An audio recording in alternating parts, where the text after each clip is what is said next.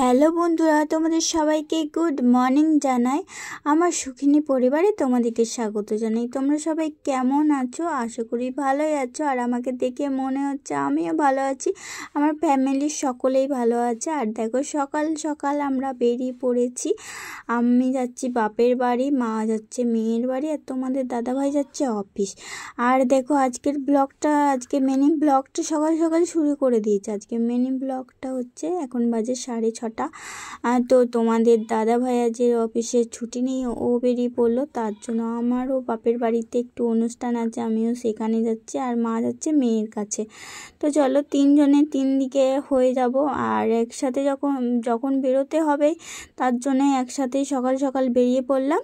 আর দেখো, এখন রাস্তা দিয়ে হাঁটছি। আর এটা হচ্ছে আমাদের বল খেলার মাঠ। আজকে হচ্ছে শ্রাবণ মাসের শেষ সোমবার। আর এখানে দেখো, শ্রাবণ মাসের শেষ সোমবারে জল আনতে গেছে সব তারকেশ্বর থেকে।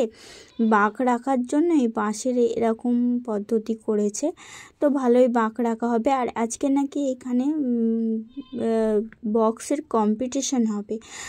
তো এইসব দেখতে পারলাম না, কারণ আজকে আমার বাপের বাড়ি একটু অনুষ্ঠান আছে, যেতেই হবে। আর ওখানে না গেলে নয়, মানে আমাদের বাড়িতে তো সেরকম কেউ নেই, তো আমরাই সব কিছু, আমরা 3 বোন, আমরা বোনেরা না গেলে কিছুই হবে না। আর তার জন্যই সকাল সকাল রওনা দিয়ে দিলাম বাপের বাড়ি। আর ওইদিকে আমি হচ্ছে টোটো করে 3জন 3 দিকে, মানে আমি আসবো আরামবাগ, আর তোমাদের দাদা ভাই আর মা যাবে বর্ধমান। তো ওরা ওই বর্ধমানে বাসে চেপে পড়েছে, আর আমি টোটো করে এলাম সকড়াই থেকে আমি আরামবাগের বাসে চেপে পড়েছিলাম।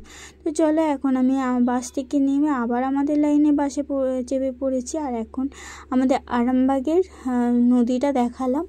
আর অনেক দিন পর আবার বাপের বাড়ি যাচ্ছি, মানে 2 মাস পরে। তো মনটা তো খুবই ভালো লাগলো।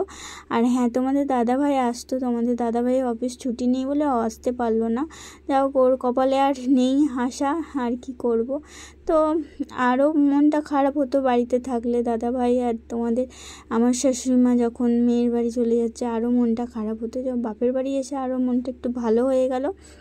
আর এখানে জমিগুলোতে না সব রোয়া হয়ে গেছে, কারণ এখানে আলু চাষ হয়, তো তার জন্য জমিগুলো তাড়াতাড়ি রুইয়ে দেয়। আর আমাদের বর্ধমান ডিস্ট্রিক্টে কিন্তু এত তাড়াতাড়ি রোয়া হয়নি, কিছু কিছু জমি রোয়া হয়েছে, কিছু কিছু জমি রোয়া হয়নি।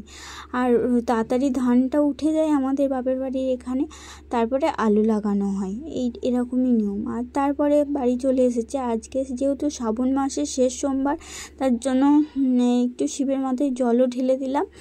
আর এসে একটু পুজো টুজো করে জলও ঢেলে দিলাম।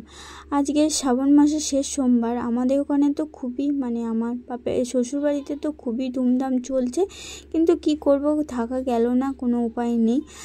তো চলো, তার জন্য চলে এলাম। ওখানে নাকি আজকে আবার জল আনতে গেছে, আর বক্সের কম্পিটিশন হবে। তো অনেক রকমের সবাই আনন্দ করছে।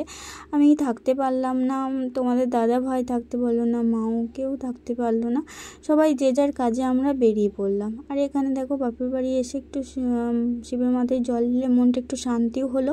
তো চলো, আমার ভিডিওটা কেমন লেগেছে তোমরা অবশ্যই কমেন্ট করে জানাবে। ভালো লাগলে লাইক, কমেন্ট, শেয়ার, সাবস্ক্রাইব করে দিও। আবার একটি মিনি ব্লগে দেখা হচ্ছে, ততক্ষণের জন্য তোমরা ভালো থেকো, সুস্থ থেকো, সাবধানে থেকো। আজকের মতন টাটা।